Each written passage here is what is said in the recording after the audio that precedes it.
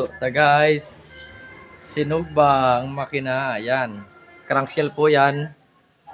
Oh, kaya po sa yan pa sa yung second option natin pag wala po tayong heat gun. Nasira po yung heat gun natin sa kakahit nga. Ayun na nga. At nag-ihaw na lang tayo dito sa gamit ng asawa ko guys. Oh. Ayan.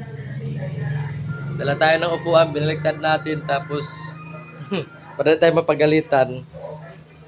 May ano tayo, karton tapos basahan sa ilalim para di masira yung tiles niya daw. Tapos dito, ihaw tayo guys, oh. Oh, sa mga walang heat gun dyan, tapos nag-overhaul kayo. Huwag niyong paluin. Sugban nyo na. Ihaw kayo. Kita mo yan guys. Pag nainitan na yan guys, mag-expand na yan. Pasok mo na yung bearing, di ba?